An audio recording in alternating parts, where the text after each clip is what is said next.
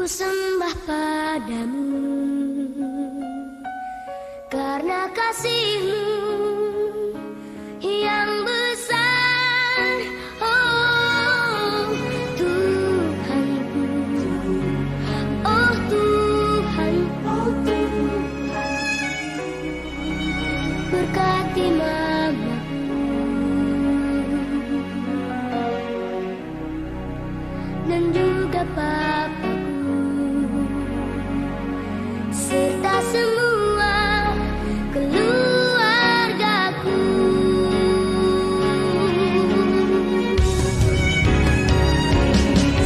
Saat kami dapat cobaan, di saat kami rasa bahagia, di dalam doa mama, di dalam doa papa, nama Yesus diagungkan.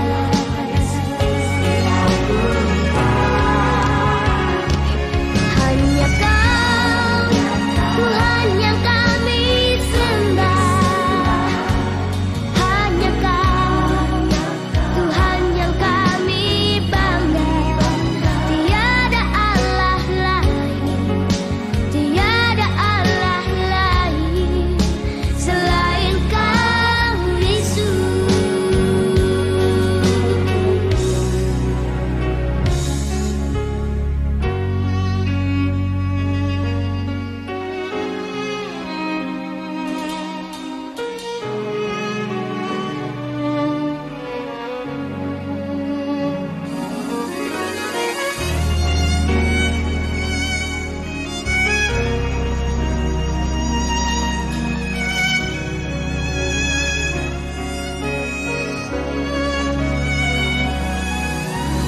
Tuhanku, oh Tuhanku, berkati mamaku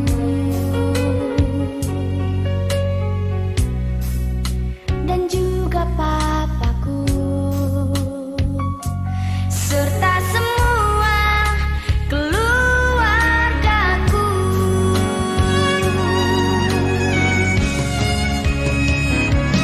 Di saat kami dapat cobaan, di saat kami rasa bahagia, di dalam doa mama, di dalam doa papa, nama Yesus diagungkan.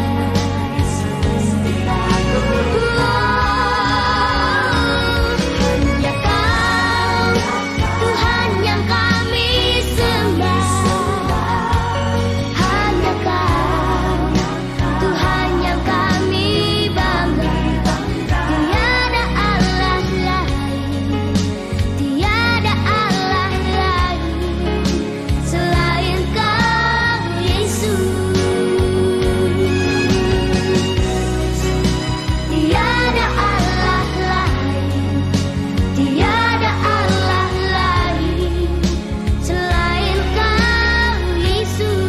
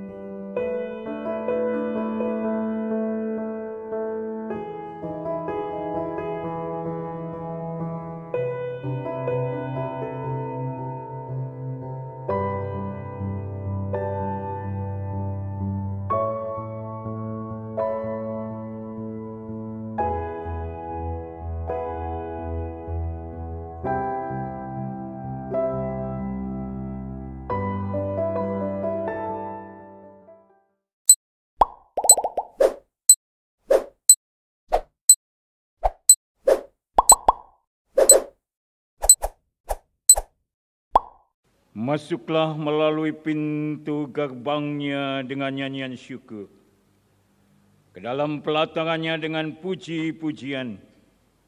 Bersyukurlah kepadanya dan pujilah nama-Nya.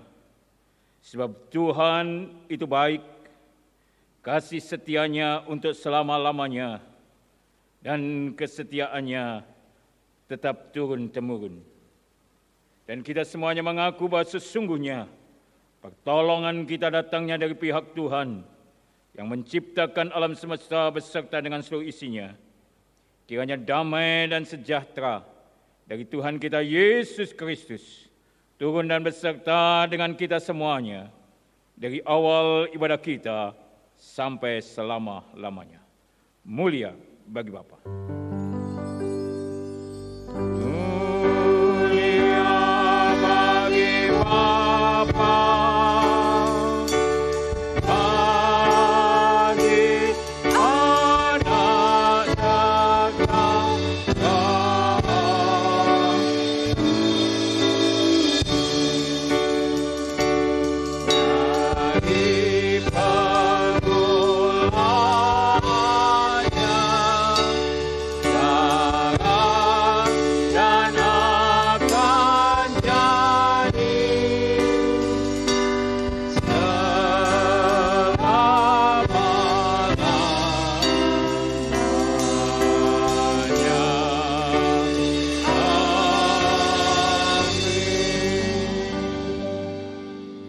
Dengarlah firman Tuhan yang berkata demikian, sebab itu kita yang dibenarkan karena iman, kita hidup dalam damai sejahtera oleh karena Tuhan kita, Yesus Kristus. Amin, amin, amin. Amin.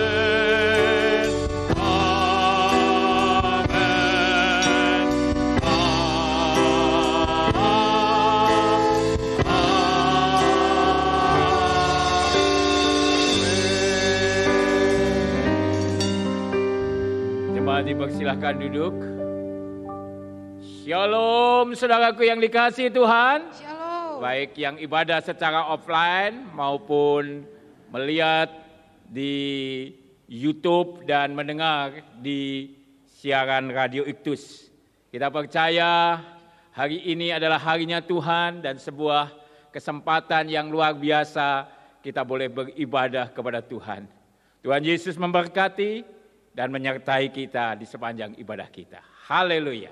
Silakan Catherine. Haleluya, kita mau naikkan setiap puji-pujian kita. Sorak-sorai bagi Tuhan kita. Saya undang kita pagi ini bersama-sama. Kita mau berdiam dekat di hadirat Tuhan. Merasakan kasih-Nya, damai-Nya dalam hidup kita. Haleluya. Mari bersama-sama puji Tuhan. Sorak-sorai bagi nama-Nya. Kami percaya Tuhan, Kau hadir di tempat ini. Ajarku berdiam, dekati hatimu. Di saat ku berpaling, temukan cintamu.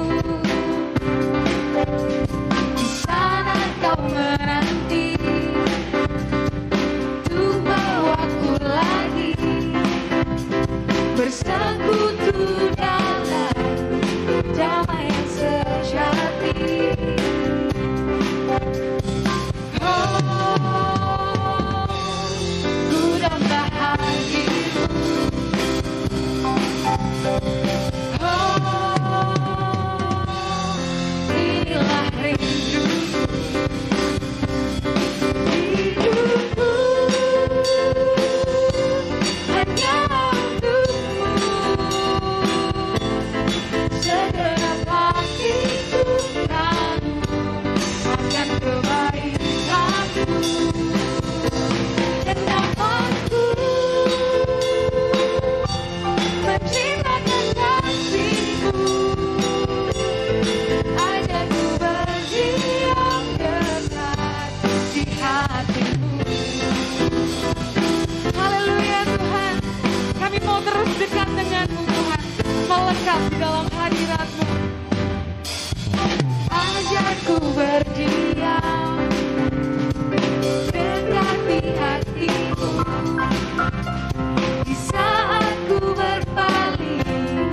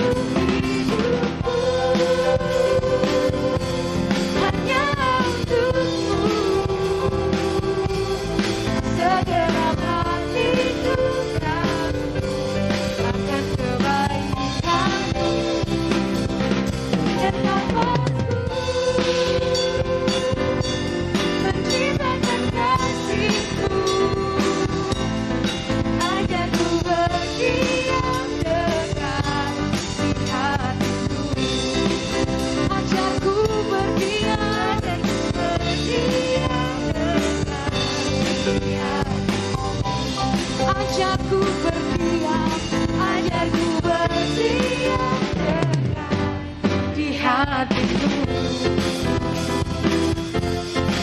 Haleluya, kami mau terus berdiam dalam hadirat-Mu Tuhan.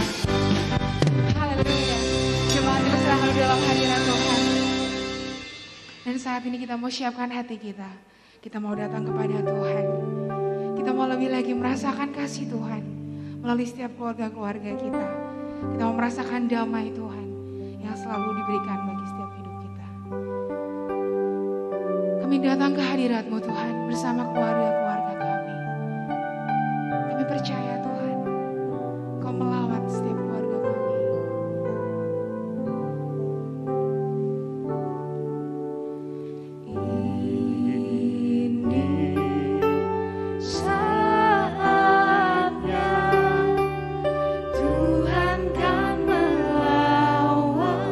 Keluargaku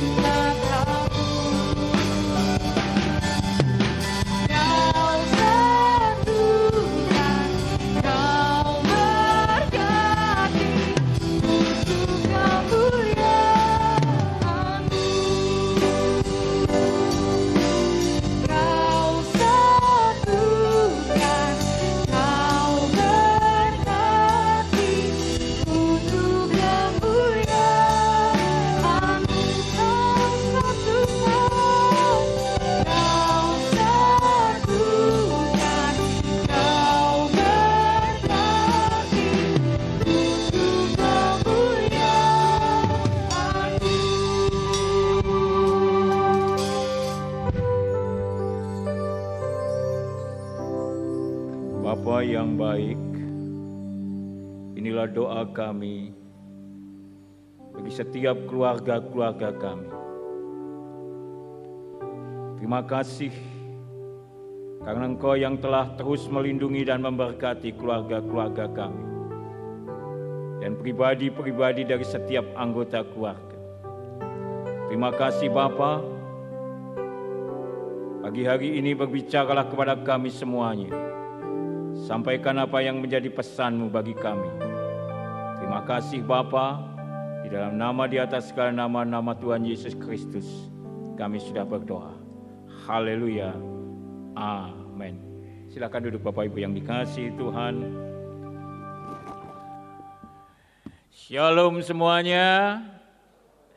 Hari ini kita belajar satu tema yang baru lagi, yaitu keluarga yang cinta damai. Keluarga yang cinta damai. Saudaraku yang dikasihi Tuhan, kedamaian adalah sesuatu yang sangat penting. Ketika tidak ada kedamaian, maka yang terjadi adalah kehancuran. Dan itu yang terjadi dengan dunia ini. Ketika bulan depan seluruh dunia akan memperingati akan 75 tahun dijatuhkannya bom atom di Hiroshima dan Nagasaki. Kenapa ini diperingati?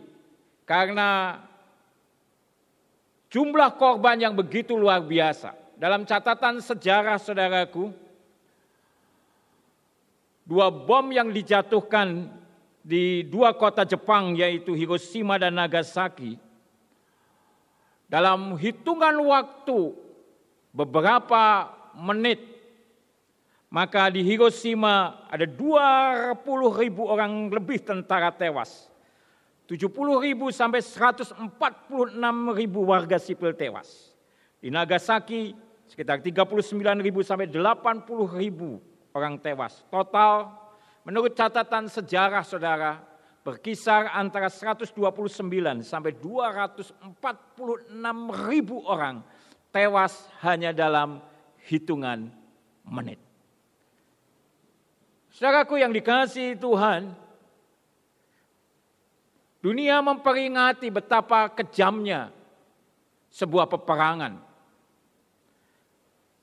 Dan terjadinya perang karena tidak ada kedamaian, saudaraku yang dikasihi Tuhan. Dan itulah kehancuran yang begitu luar biasa. Itulah kehancuran yang sangat mengerikan. Saudaraku yang dikasihi Tuhan, dan bukan hanya kedamaian itu didambakan oleh seluruh dunia, tetapi juga di dalam setiap keluarga-keluarga. Ketika tidak ada kedamaian, maka yang terjadi adalah sesuatu yang sangat mengerikan. Beberapa waktu yang lalu di Indonesia sempat viral di satu daerah di mana ada seorang ibu yang dilaporkan oleh anak kandungnya sendiri ke polisi karena masalah motor, saudaraku. Tidak tahu anaknya ini, mungkin dia merasa lahir tidak dari seorang ibu. Mungkin dia merasa lahir seperti Sun Gokong, lahir dari sebuah batu, saudaraku. Dia melaporkan ibunya, saudaraku, ibu kandungnya sendiri ke polisi. Sampai polisinya yang menerima laporan, aku tidak bisa terima ini. Aneh kamu. Bahkan polisinya kalau Anda melihat di YouTube itu menolak, saudaraku. Lebih baik kamu tak kasih 11 juta sesuai dengan motor itu. Kamu minta maaf sama ibumu. Tapi tidak mau, saudaraku. Ya, jadi ini mengerikan sekali, saudaraku. Bahkan ketika tidak ada kedamaian seorang anak, saudaraku, dengan pongahnya, dia melaporkan ibu kandungnya yang melahirkan dia sendiri. Oleh karena itu, saudaraku, firman Tuhan hari ini berbicara dengan sangat jelas. Dikatakan demikian, hendaklah damai sejahtera Kristus memerintah dalam hatimu, karena untuk itulah kamu telah dipanggil menjadi satu tubuh dan bersyukur. Hendaklah damai sejahtera Kristus memerintah dalam hatimu. Memerintah itu artinya apa, saudara? Menguasai hati kita. Sama seperti kita hari ini. Kenapa kita ibadah memakai masker, ada protokol kesehatan? Karena pemerintah itu, saudaraku, mengatakan bahwa untuk memotong pandemi COVID-19 ini, maka kita harus mematuhi protokol kesehatan. Pemerintah mengeluarkan kebijakan dan semuanya sebagai anak-anak Tuhan yang taat kepada pemerintah sebagai wakil Tuhan, kita mentaatinya. Nah, demikian juga saudaraku dengan damai sejahtera Kristus. Biarlah itu memerintah dalam hatimu, artinya menguasai hidupmu. Bukan sakit hati, bukan kepahitan. Dalam salah satu berita baik bagi semua, saya katakan bahwa hati kita itu jangan dijadikan sebagai tempat sampah. Tidak ada orang yang senang ada di tempat sampah. Tempat yang paling tidak nyaman di gereja ini adalah tong sampah kita di depan. Tidak ada orang, saudaraku, yang lalu duduk di dalam tong sampah, wah nyaman ya, enak ya, kalau dok mambu tengik siti begitu. Atau Anda bawa bantal lalu tiduran di situ. Saya pikir nggak ada seorang pun yang mau di sana. Bahkan seringkali kalau kita lewat di tempat sampah, kita tutup hidung kita karena baunya yang tidak enak. Jangan jadikan hati kita menjadi tempat sampah. Karena hati kita telah dikuduskan, hati kita telah disucikan. Tetapi hendaklah hatimu dikuasai oleh damai sejahtera Kristus. Karena apa, saudara? Tuhan Yesus sendiri berkata bahwa orang yang berbahagia itu bukan orang yang banyak uangnya. Orang yang berbahagia di dalam Alkitab tidak pernah dikatakan orang yang punya mobil supercar, mobil yang mungkin harganya 15 miliar. Kita tahu ada banyak selebritis, saudaraku, punya mobil-mobil mewah, para pengacara kondang.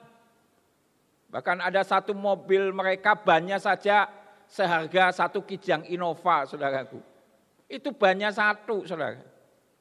Bukan itu yang berbahagia, tapi Yesus sendiri berkata, saudaraku, dalam Matius pasal 5 ayat 9.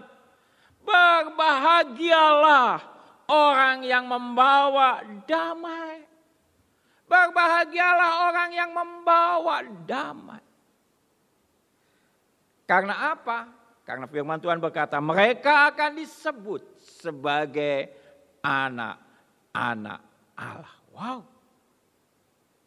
Kita itu akan disebut anak-anak Allah ketika kita membawa damai. Kalau kita tidak membawa damai, kita disebut anak-anak apa, saudara? Ya kebalikannya Allah ya, setan, iblis. Saudara. Makanya dikatakan berbahagialah orang-orang yang membawa damai. Karena mereka akan disebut anak-anak Allah. Saudaraku yang dikasihi Tuhan, sebuah anugerah yang luar biasa. Mungkin kita bukan orang yang kaya raya. Mungkin kita hidup ya dari hari ke hari Tuhan peliharakan. Tetapi kalau engkau membawa damai, berbahagialah engkau. Karena engkau akan disebut anak-anak Allah. Dan damai itu bukan hanya sekedar dibawa keluar, tetapi juga di dalam kehidupan kita. Karena saudaraku yang dikasihi Tuhan, alangkah tragisnya jika sebuah kehidupan rumah tangga atau keluarga itu yang seharusnya menjadi tempat paling damai di seluruh dunia, saudaraku, menjadi arena pertikaian, arena pertempuran bagi setiap anggota keluarga. Enggak nyaman, saudara. Makanya banyak orang belum masuk neraka, ya, tapi sudah bisa merasakan neraka. Banyak orang juga belum merasakan sorga, belum masuk sorga, tapi sudah bisa merasakan sorga. Dan itu diperoleh di mana? Di tengah-tengah keluarga kita. Saudaraku yang dikasihi Tuhan. Dan itu terjadi ketika sebuah keluarga yang seharusnya menjadi sebuah tempat di mana ada kedamaian, ada ketenangan, ada shalom Allah, itu menjadi keluarga yang menjadi padang Kurusetra. Padang Kurusetra adalah tempat peperangan antara Pandawa dan Kurawa yang terkenal dengan perang Mahabharata. Ya, terkenal ini. Saudaraku yang dikasihi Tuhan. Lalu bagaimana supaya keluarga kita meraih kedamaian? Perlu saudaraku sebuah langkah-langkah dan usaha-usaha yang keras dan berat saudaraku. Itulah yang saya namakan harus ada reformasi rohani di dalam keluarga. Kita pernah mengalami saudaraku tahun 98 untuk mengubah tatanan negara kita menjadi negara yang demokratis. Maka pada tahun 98 bergeraklah era yang namanya era reformasi yang mengubah tatanan semuanya. Sehingga hari ini hasilnya yang bisa kita lihat adalah kita ada pemilihan langsung presiden, pemilihan langsung nama-nama anggota dewan, pemilihan wali kota, pemilihan gubernur secara langsung. Sehingga rakyat bisa langsung memilih akan pemimpin yang disenanginya. Demikian juga dalam kehidupan kerohanian. Dalam keluarga kita perlu ada reformasi. Supaya sungguh saudaraku tercipta kedamaian. Kedamaian dalam sebuah keluarga. Keluarga yang cinta damai bukanlah datang dari sorga. Harus diusahakan, harus diupayakan. Saudara, kalau kita bisa memahami apakah orang bisa kaya mendadak, tidak ada. Itu hanya mimpi. Makanya kalau kita beli lotre, itu adalah sebetulnya menjual mimpi. Wah, nah aku dapat. Sama halnya dalam keluarga. Sama seperti kita mengumpulkan supaya kita menjadi orang yang mungkin berhasil kaya. Kita perlu saudaraku usaha kerja keras. Seorang anak saudaraku bisa menjadi bintang kelas, meraih nilai yang baik. Tidak hanya berdiam, dia harus belajar begitu keras saudaraku. Walaupun orang itu cerdas, kalau dia tidak bisa belajar atau tidak mau belajar, ya tetap sama. Demikian juga dalam kehidupan sebuah keluarga. Keluarga yang cinta damai, keluarga yang dipenuhi kedamaian, harus saudaraku dilakukan dengan usaha yang keras untuk mewujudkannya. Dan kita mengadakan reformasi rohani. Nah, apa yang perlu dilakukan, saudaraku? Yang pertama, saudaraku yang dikasihi Tuhan, adalah menjadikan Kristus, Sang Raja Damai, menjadi pusat kehidupan dalam keluarga kita. Yesus adalah Raja Damai. Kitab Nabi Yesaya berkata, dialah Raja Damai. The Prince of Peace. Saudaraku yang dikasihi Tuhan. Apa yang menjadi pusat dalam kehidupan keluarga kita? Seringkali keluarga-keluarga tidak punya kedamaian karena apa? Menjadikan masalah itu jadi pusat dalam kehidupan keluarga kita. Jadi isinya saudaraku hanya sekedar saudaraku masalah dan masalah. Atau kita menjadikan kekurangan anggota keluarga kita menjadi pusat kehidupan dalam keluarga kita. Sehingga yang jadi fokus dalam kehidupan keluarga kita adalah kekurangan pasangan kita, kekurangan anak kita, kekurangan orang tua kita. Kalau itu terjadi saudaraku, maka tidak akan ada kedamaian di dalam keluarga itu.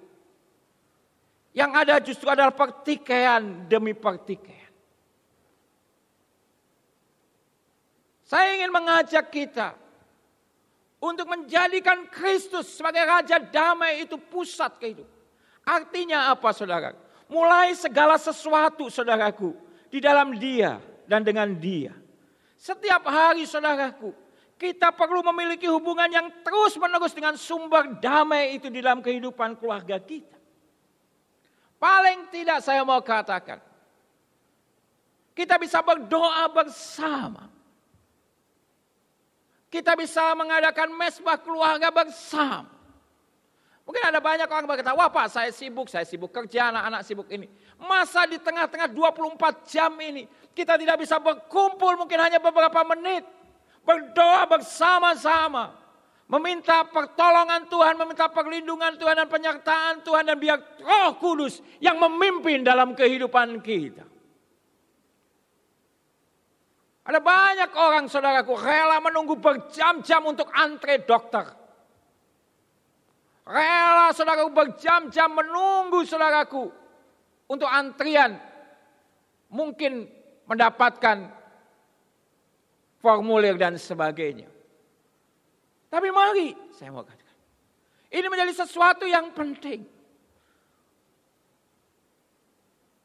Menjadikan Yesus Raja Damai menjadi pusat dalam kehidupan.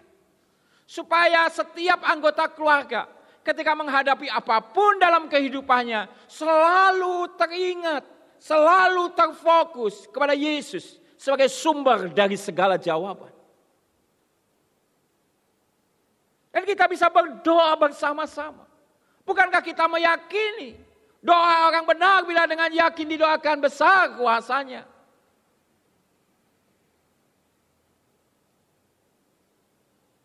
Kenapa kita, itu kan Alkitab Pak. Lu saudara kalau begitu buang saja Alkitab saudara.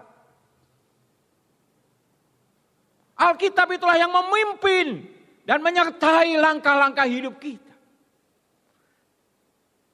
Dan saya percaya apa yang dikatakan oleh firman Tuhan adalah ya dan amin. Apakah kita memperoleh jawaban dari apa yang dikatakan oleh firman Tuhan? Tergantung seberapa besar kita beriman dan percaya. Firman Tuhan sendiri berkata, kalau engkau bimbang dan ragu, maka engkau tidak akan memperoleh apa-apa. Janganlah bimbang dan ragu, karena orang yang bimbang dan ragu seperti gelombang laut yang diombang-ambingkan kian kesana kemari oleh angin.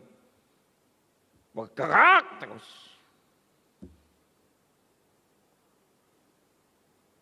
Walaupun seringkali kita harus juga sadar bahwa waktu Tuhan bukanlah waktu kita. Tapi satu hal yang kita percayai, bahwa waktu Tuhan tidak pernah datang terlambat. Kita punya pengharapan, kita punya kekuatan. Seberapapun besar masalah. Sebagai gembala sidang saudara, setiap waktu ada banyak pergumulan yang datang untuk saya doakan. Kekuatan saya apa, saudaraku? Saya bukanlah konselor keluarga. Saya juga bukan dokter. Saya juga bukan ahli ekonomi. Tapi orang yang datang, orang yang meminta dukungan, bermacam-macam dari masalah keluarga, ekonomi, sakit penyakit dan sebagainya. Siapakah saya ini? Saya bukan apa-apa dan bukan siapa-siapa. Tapi kalau semuanya boleh dijawab oleh Tuhan dengan begitu ajaib dan luar biasa, saya hanya mau katakan semuanya karena saya percaya dan kita percaya kepada Tuhan yang sanggup untuk menolong kita. Bukan karena kekuatan kita, bukan karena kepandaian kita. Semuanya karena Tuhan. Oleh karena itu, saudaraku yang dikasihi Tuhan, mulailah itu di dalam kehidupan keluarga kita. Paling tidak kalau kita belum bisa mesbah keluarga, kita bisa berdoa bersama-sama. Dan ketika saudara sudah bisa doa bersama, ambil waktu dalam mesbah keluarga. Saudaraku yang dikasihi Tuhan, Dunia sedang menarik kita dari apa yang Tuhan inginkan. Dunia sedang menghancurkan akan keluarga-keluarga. Tuhan juga sedang menghancurkan pribadi-pribadi.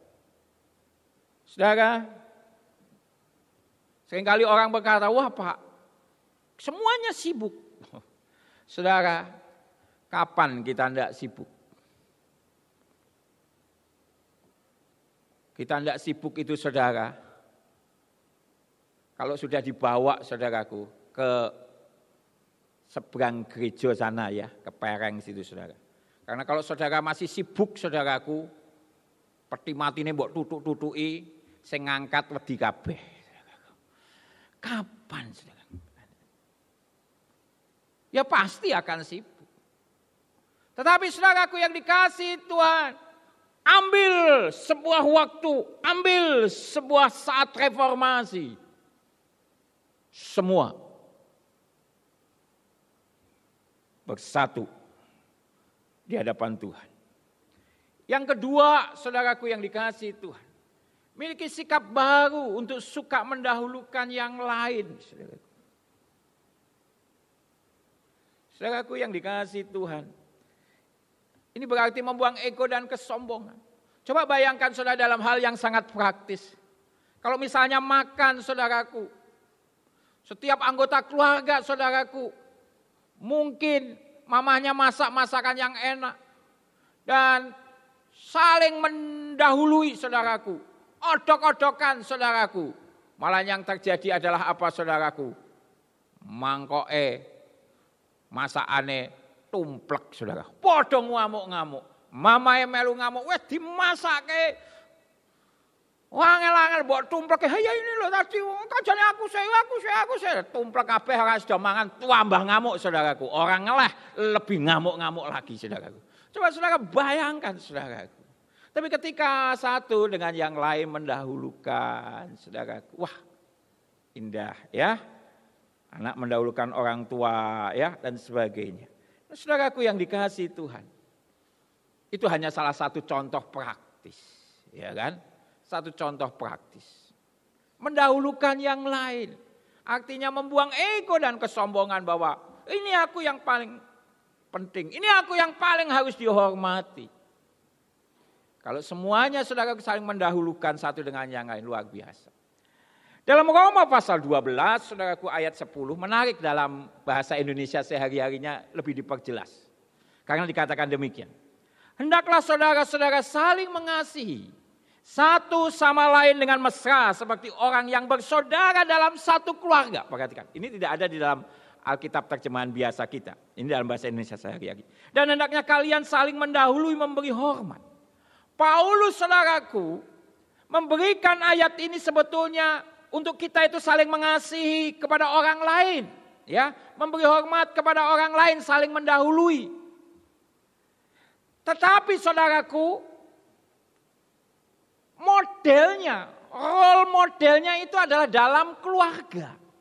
Dalam keluarga, dikatakan seperti orang-orang bersaudara dalam satu keluarga. Jadi dengan kata lain saudaraku, firman Tuhan itu menjadikan model kehidupan dalam keluarga itu sebagai model untuk saling mengasihi dan saling mendahului dalam memberi hormat. Jadi betapa pentingnya ini saudaraku. Lah kalau modelnya sudah rusak, apalagi di luar sana saudaraku. Pasti rusak. Bagi kita yang mungkin suka buat kue atau agar-agar saudaraku. Hasil yang kita buat adalah tergantung dari cetakannya, betul ya? Kalau cetakannya bundar ya hasilnya bundar. Jangan berharap kalau cetakannya bundar saudara hasilnya segitiga. Orang ono saudaraku. Ya, selalu mengikuti model yang ada. Nah demikian juga saudaraku. Ketika model keluarga itu adalah saling mengasihi, maka hasilnya juga adalah saling mengasihi. Saudaraku yang dikasihi Tuhan. Lalu yang ketiga apa? Miliki sikap suka mengampuni. Nah bukan hanya sekedar mengampuni loh.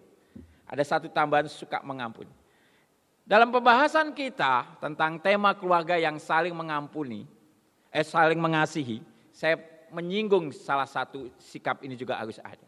Tapi hari ini kita mau lebih jauh lagi, yaitu memiliki sikap suka mengampuni. Suka itu artinya apa, saudara? Gemar. Jadi kalau orang ditanya, saudaraku, ya, suka makan apa? Suka makan bakso. Artinya dia gemar makan bakso, saudara. Ya, suka makan apa? Ayam goreng. Ya, suka sekali, saudara. Kalau orang suka makan ayam goreng, saya punya seorang teman, itu bisa makan ayam goreng, saudara, sampai 6 potong. Saya sampai melongo. Nah, saudaraku yang dikasih Tuhan itu suka. Tapi mungkin kalau bagi kita, bisa makan ayam goreng, bisa. Ya sudah, bisa itu artinya ya satu saja sudah cukup, mungkin separuh ya sudah cukup. Tapi kalau suka itu gemar, saudaraku. Nah, Efesus pasal 4 ayat 32 berkata demikian. Hendaklah kamu ramah seorang terhadap yang lain, penuh kasih mesra dan saling mengampuni, sebagaimana Allah di dalam Kristus telah mengampuni kamu. Saudaraku yang dikasihi Tuhan, kita itu bisa saling mengampuni, bisa mengampuni orang lain karena ini, bahwa Kristus telah mengampuni kamu. Sama seperti yang saya katakan dulu. Kita itu bisa mengasihi karena kita telah dikasihi Allah. Kita bisa mengampuni orang lain, apalagi anggota keluarga kita, karena kita telah diampuni oleh Tuhan Yesus Kristus.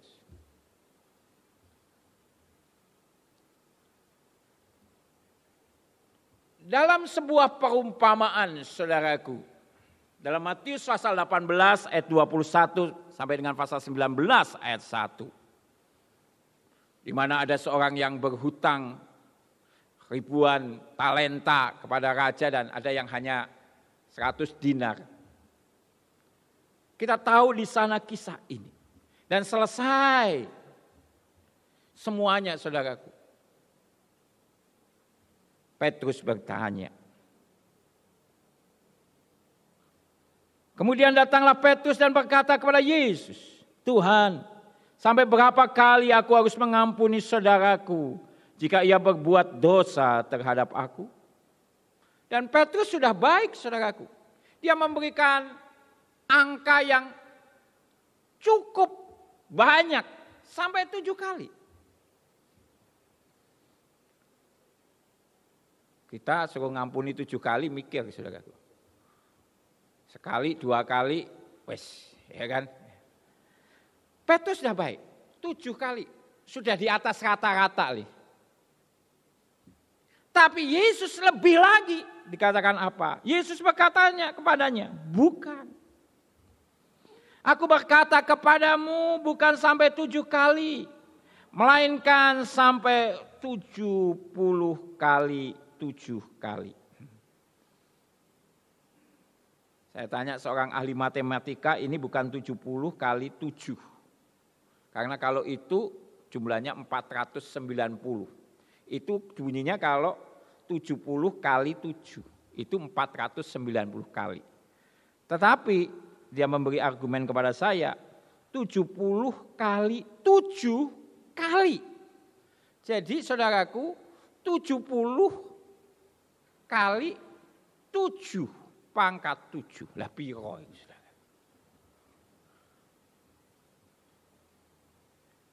Memang tidak bisa kita sebagai manusia jujur, saudara. Sulit. Saya mau katakan tidak mudah. Tetapi bukankah kita harus terus belajar? Dan saya percaya kalau Tuhan ngomong pasti Dia yang akan menguatkan kita, menolong kita. Kenapa kita tidak bisa mengampuni? Karena dalam benak kita itu selalu berkata, wah, gak iso berubah. Nah, kita sudah membatasi kuasa Tuhan. Makanya Tuhan itu butuh yang namanya bukti pertobatan itu. Kalau orang belum menunjukkan bukti pertobatan, ya sulit. Tetapi bukan berarti kalau orang itu tidak mungkin. Bisa. Nah saudaraku yang dikasihi Tuhan. Bukan sampai 7 kali. Melainkan sampai 70 kali 7 kali.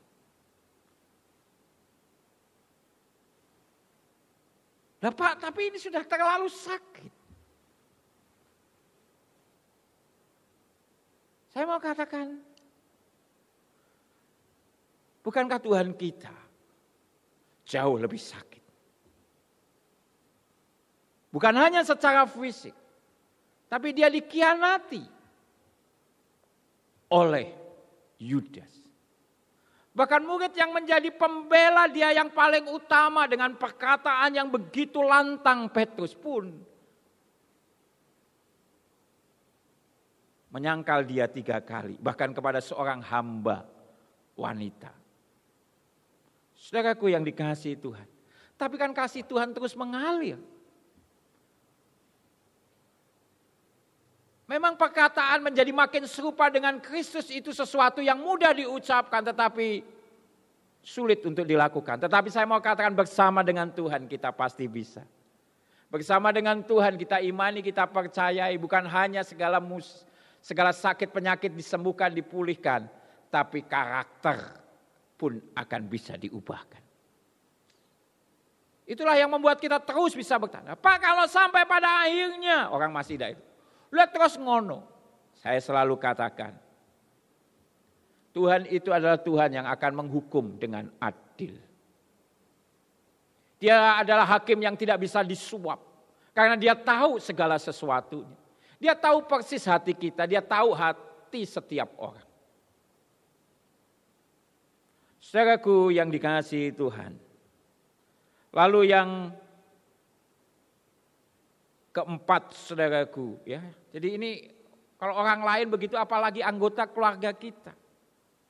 Istri, suami, anak, orang tua kita. Kakak, adik kita. Kesalahan itu selalu ada. Kita masih belum sempurna. Kesalahan. Tapi kesalahan itu tidak membuat kita akhirnya terperangkap di dalamnya. Yang keempat saudaraku, yang terakhir, pelajari seni berdiam diri dan mengendalikan kata-kata kita. Ya, pelajari saudaraku. Karena apa? Ketidakdamaian atau perselisihan, pertikaian itu seringkali dimulai dari kata-kata. Tidak pernah saudaraku sebuah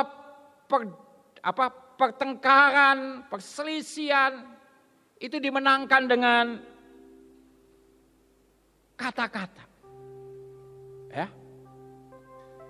Ketika orang mulai marah dan mengeluarkan kata-kata kasar, yang lain juga tidak terima dan mengeluarkan kata-kata yang sama. Nah makanya kitab Yakobus Tuhan berkata hati-hati dengan lidah. Lidah itu seperti nyala api yang kecil tapi dapat membakar hutan yang luas. Lidah itu seperti kemudi kapal yang kecil tapi dapat mengendalikan seluruh kapal yang besar itu. Oleh karena itu hati-hati. Hati-hati.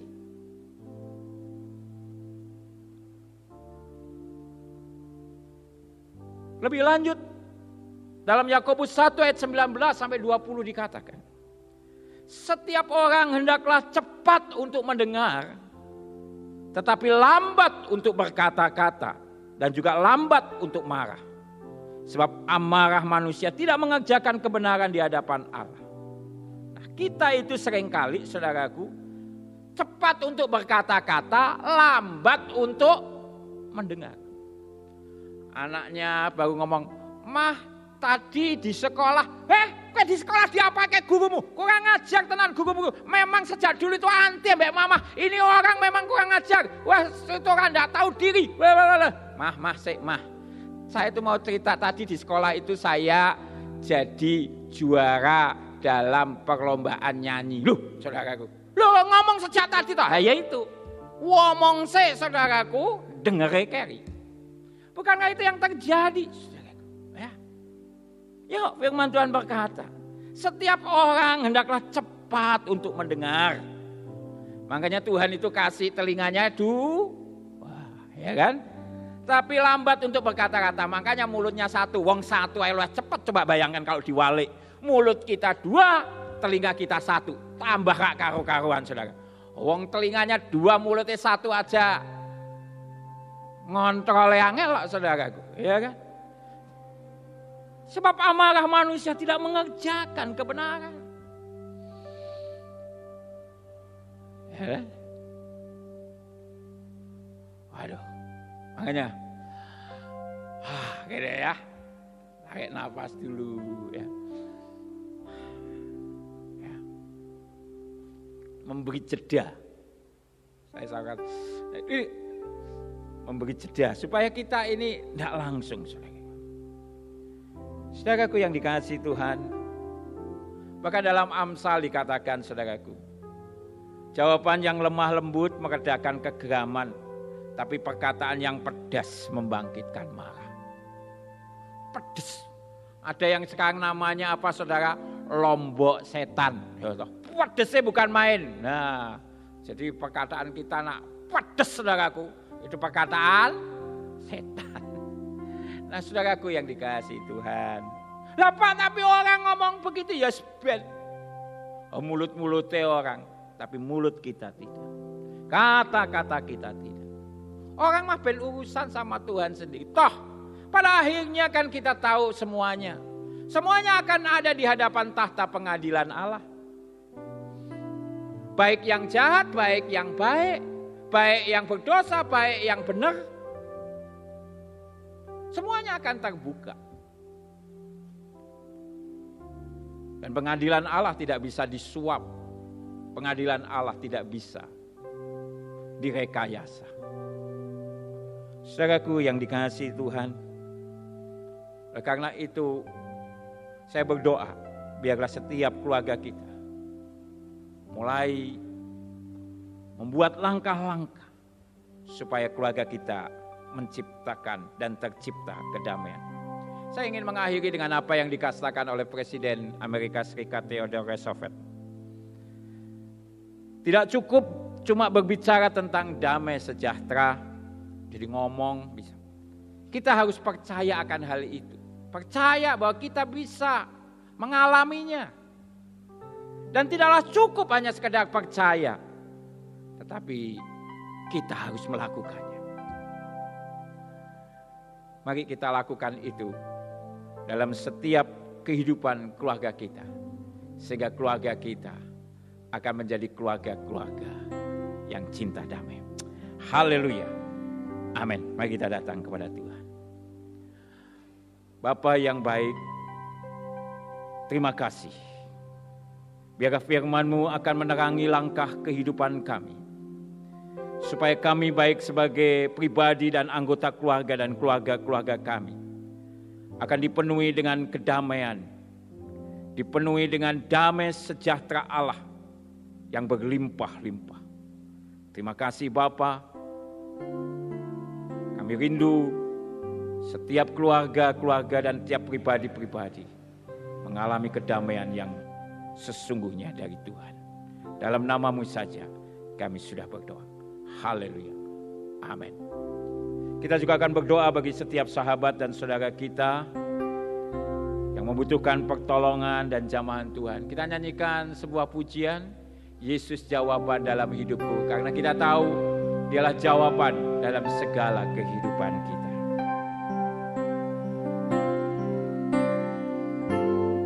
Yesus jawaban Dalam hidupku, dalam hidupku, Yesus jawaban, Yesus jawaban yang ku perlu, tapi pembaptis.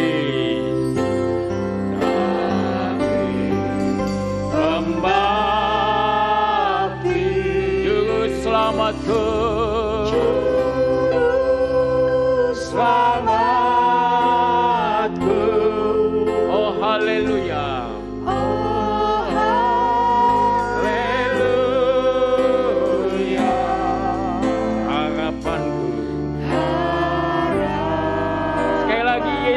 jawaban.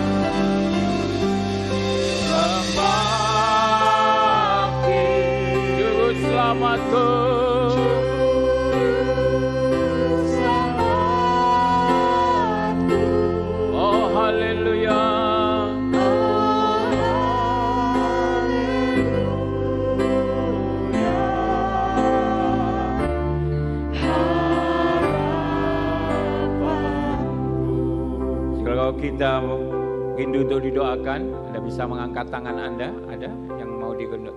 Mari silakan bangkit berdiri di tempat. Kita akan berdoa, juga demikian saudara-saudaraku yang menyaksikan di YouTube maupun di mendengar di radio. Bapa yang baik, Engkau melihat setiap anak-anak-Mu saat ini yang sedang membutuhkan akan jamahan kasih dan kuasa-Mu. Hamba berdoa Tuhan untuk setiap anak-anak-Mu yang sakit Tuhan. Engkau Tuhan Yahweh Rafa, Allah yang menyembuhkan. Biar tangan-Mu terulur dan kuasa-Mu menjamah mereka. Oleh kuasa pilur-pilur Tuhan Yesus, semuanya jadi sehat, semuanya dipulihkan, semuanya sembuh. Di dalam nama Yesus, kuasa Tuhan menjamah, kuasa Tuhan memulihkan, sehat kembali di dalam nama Tuhan Yesus. Kami percaya kuasa-Mu tidak pernah berubah, dulu, sekarang, dan sampai selama-lamanya. Bagi setiap kami yang dalam pergumulan dengan keluarga-keluarga kami percaya Engkau adalah Allah yang sanggup untuk memulihkan, Engkau Allah yang sanggup untuk menolong, sehingga semuanya boleh dipulihkan, boleh kembali diberkati. Bagi setiap kami yang ada dalam beban kehidupan yang berat, Tuhan juga yang akan terus menolong. Semuanya diberkati dengan berkat-Mu. Bagi kami yang bergumul dengan keuangan, pekerjaan kami, biarlah Tuhan Kau menolong mereka. Dalam setiap kepanikan, ketakutan kami akan masalah-masalah yang seolah-olah terus mengejar kami, biarlah di dalam nama Tuhan Yesus, Tuhan yang menolong dengan mukjizat. Terima kasih Bapa, semua kami ditolong, semua kami dijamah, semua kami mengalami mukjizat Tuhan. Terima kasih Bapa, dalam nama-Mu saja kami sudah berdoa. Haleluya. Amin. Silakan duduk kembali saudaraku. Kita akan lanjutkan dengan doa syafaat sekaligus juga doa persembahan kita. Bapa yang baik, terima kasih Bapa untuk kesempatan kami boleh berdoa. Sekali lagi kami minta belas kasihan Tuhan supaya pandemi ini boleh segera berakhir. Tuhan menolong untuk pemerintah kami, para medis juga. Tuhan akan berkati, lindungi keluarga-keluarga mereka dan pribadi-pribadi mereka sehingga dapat melaksanakan tugas dengan baik. Tuhan, Kau juga menolong untuk gereja-gereja-Mu, khususnya juga gereja kami, di dalam ibadah baik offline maupun online. Semuanya Tuhan berkati, baik yang secara langsung maupun yang ada di rumah-rumah, khususnya juga anak-anak kami dan para lansia, para senior kami. Tuhan juga terus memberkati mereka semuanya. Terima kasih, semua kami juga diberkati dan dilindungi dalam setiap usaha pekerjaan kami. Berdoa juga untuk keluarga Edi Gunawan dan Irin yang telah Tuhan beri seorang anak di tengah-tengah keluarga mereka yang diberi nama Jevanka Elania Chen. Tuhan terus memberkati, diberi kesehatan dan perlindungan. Kami juga berdoa untuk saudara-saudara kami yang berulang tahun pada sepanjang pekan yang baru lalu, untuk Yunike Suwarti, Teddy Sutanto, Riki Saputra, Ben Abraham Seno Aji, Ripka Somevang, Mariohan, Hanadinda Indira, Dinanti Valendra, Reynardus Isko Pratama, Paulus Suryanto dan Paulus Aswin Nur Cahyo, dimanapun mereka berada. Biarlah Tuhan, kasih sayang Tuhan, sukacita Tuhan, damai sejahtera Tuhan, dan berkat-berkat Tuhan mengalir dan turun atas kehidupan mereka semua. Terima kasih Bapa, dan jika kami juga rindu untuk memberikan persembahan bagi pekerjaan Tuhan, Tuhan kuduskan setiap persembahan kami menjadi persembahan yang berbau harum dan berkenan kepada Tuhan. Dan kami berdoa semua sidang jemaat-Mu diberkati dengan berkat yang berlimpah. Tidak ada yang berkekurangan di tengah-tengah kami, semuanya diberkati dengan berkat Tuhan dan dilindungi senantiasa. Terima kasih Bapa, biarlah Tuhan berkenan akan persembahan ini, karena kami mempersembahkannya dengan hati yang penuh dengan ucapan syukur akan kebaikan Tuhan. Terima kasih Bapa, dalam nama Tuhan Yesus kami sudah berdoa. Haleluya, amin. Mari kita akan bangkit berdiri bersama-sama, kita akan akhiri ibadah kita dengan pujian pengagungan kita. Kita mau nyanyi dan bersorak hanya bagi Tuhan kita.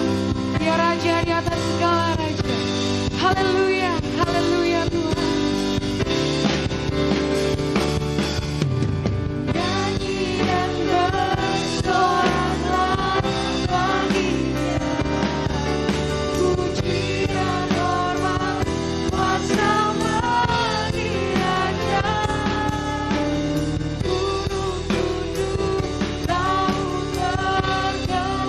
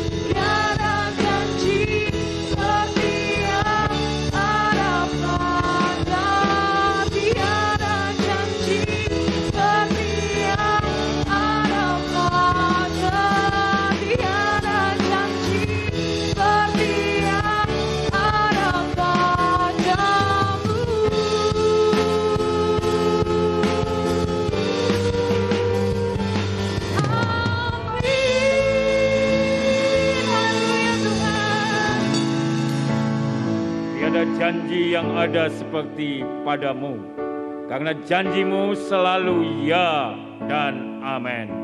Terima kasih Bapa, Engkau Allah yang besar, Engkau Allah yang agung, Allah yang mulia, Allah yang juga memberkati setiap kami anak-anak-Mu pada saat ini. Diberkati pribadi demi pribadi, diberkati keluarga demi keluarga, diberkati akan setiap usaha kami, pekerjaan kami, bisnis kami, studi kami, pelayanan kami, bahkan apapun yang kami buat di dalam Engkau, Tuhan membuatnya berhasil.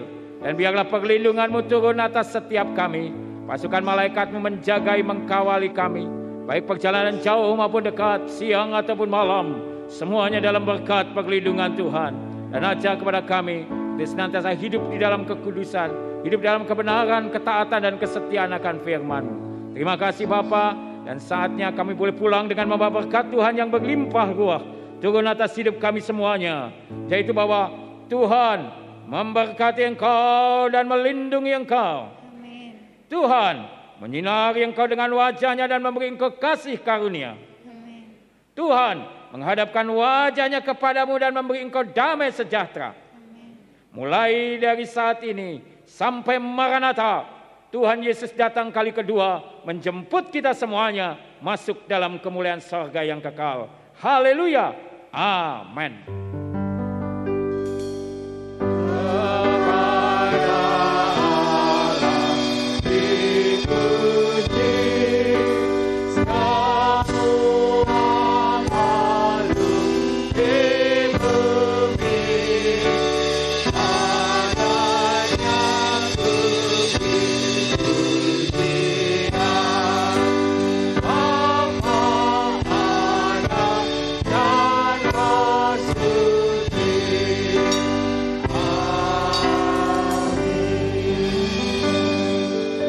kita terus sejenak.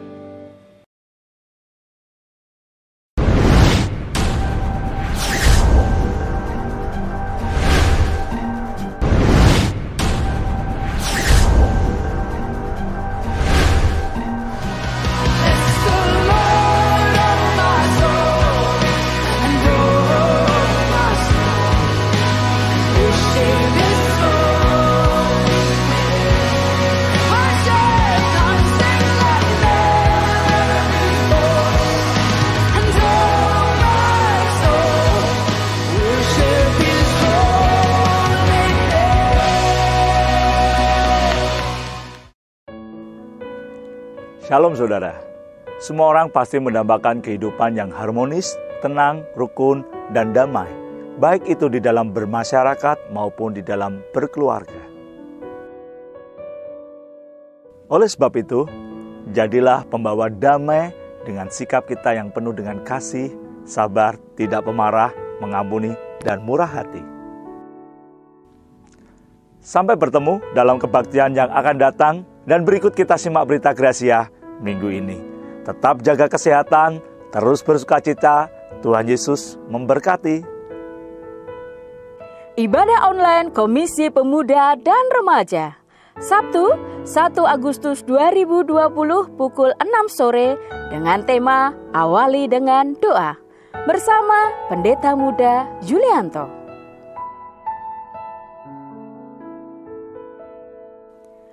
Ibadah online Komisi Sekolah Minggu Amazing Kids, Minggu 2 Agustus 2020 pukul 10 pagi dengan tema Tuhan Yesus Penyembuhku bersama Ibu Dina dan Bapak Daud di channel YouTube GKMI Sola Gracia Semarang. Berita kelahiran Maureen Belvania Nauli Nasution,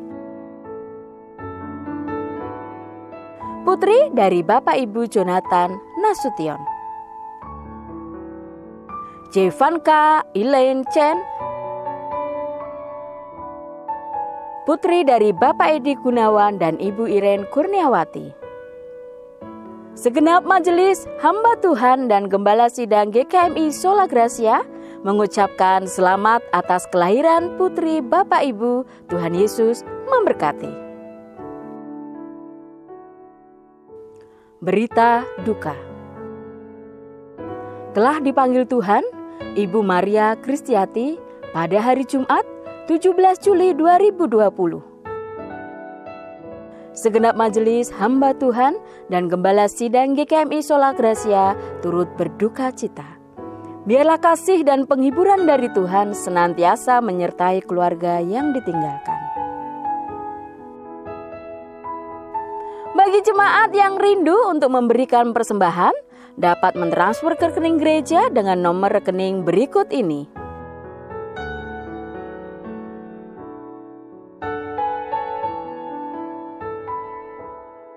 Dan rekening diakonia.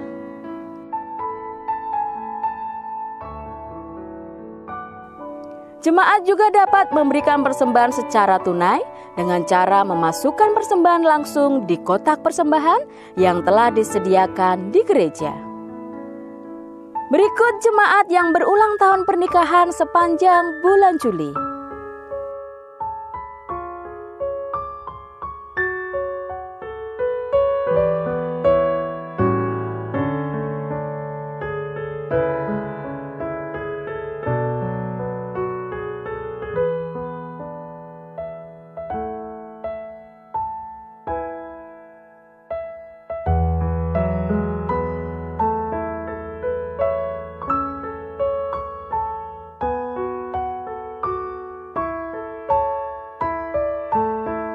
Dan berikut adalah jemaat yang berulang tahun sepanjang minggu depan.